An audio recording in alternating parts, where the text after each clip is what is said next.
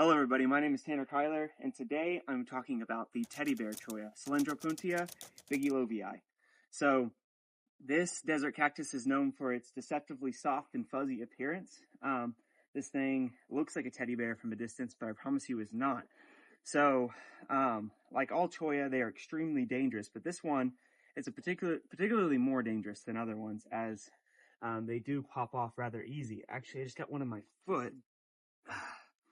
And you can see how they just stick to you and they won't come out because they have inverted spines. So these inverted spines are similar to a porcupine quill with the barbs going back. So once they get into you, the whole thing will break off on your skin and you'll have to pry it out, and it hurts really bad. It's actually happened to me, so they're not the most fun plant to mess with. The appearance is due to these white, yellowish, spiky clusters of spines that are so dense, so from a distance they look soft and fuzzy. The reason why they actually do this is not only to protect themselves in the water that's inside this elongated stem here, it's also to, whenever an animal breaks it off, they're going to obviously want it out of their skin, so they're going to knock it out, and it's going to fall and create a new plant. So if you look right down here, if you point right down here, you can see babies growing. Those are actually clones, most likely. Some of them could be growing from seed, but the majority of them are clones of their parents. So this whole area here, all these clusters could all be from one cactus. So, you know, they do germinate from seed, but propagation is another tactic. So they'll fall, just root into the ground, and a whole new cactus, an identical clone to the one that it fell off of, will grow. These are also nicknamed the jumping cholla, as they appear to actually jump onto you. So they don't actually jump. You know, a lot of people think that they do. But if you get close to them, and get slightly too close and just barely graze them, they'll just pop off in your skin, giving the illusion that they're jumping off on you. So they're kind of a hiker or a cowboy's worst nightmare, being out here. You know, get them in their legs, get them on your skin. I'm actually very nervous standing in between the two right here. I was going to maybe touch one for the video, but I can't get the courage to do it because they're kind of scary.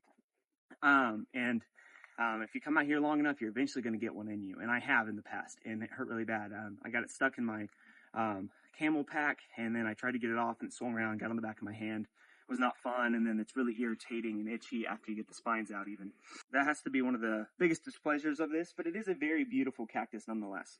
Like most cactus, this plant evolved to store water. These places can go a year to 2 years without rain. So these swollen trunks can almost absorb more water than their own body weight every time it rains to soak up, store that water in these elongated, swollen stems here. So these are spines, but they're actually just modified leaves. So spines have the least amount of surface area, that cylindrical shape, so there's less stomoa, meaning that they're not going to evaporate a lot of water out in this really dry, hot condition. So it's all to conserve water and to keep animals like javelinas and pronghorns and stuff from eating the flesh. So the flesh is soft, and it is similar to, you know, a prickly pear if you ever eaten anything like that. And the inside of it is actually covered in green pigment, you know, called chlorophyll. And that actually is how they photosynthesize. Now, they can photosynthesize with these leaves or spines, but they also can use the chlorophyll that's found inside the stem. And if we do a close-up, can you take a close-up of the one next to you? And show the green in between those spines hidden there so they can photosynthesize.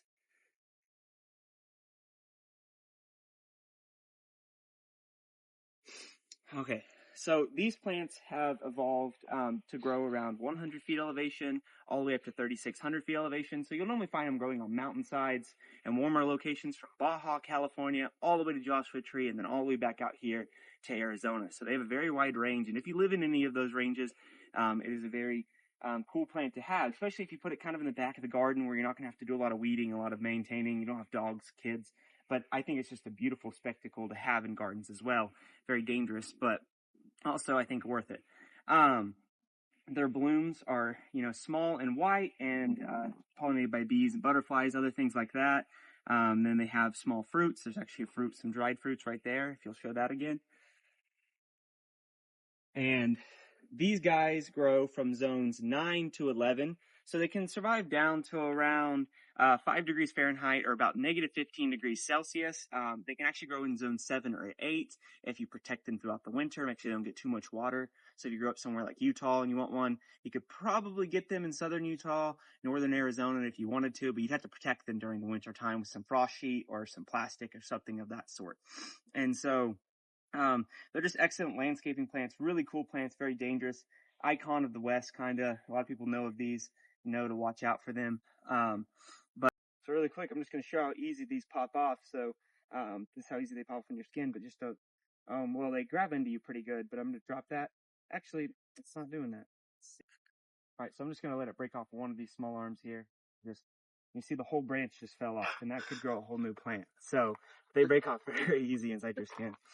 But other than that, I think that's it for this video. I hope you enjoyed. Please comment if you have any questions or concerns about this video, and we'll see you next time.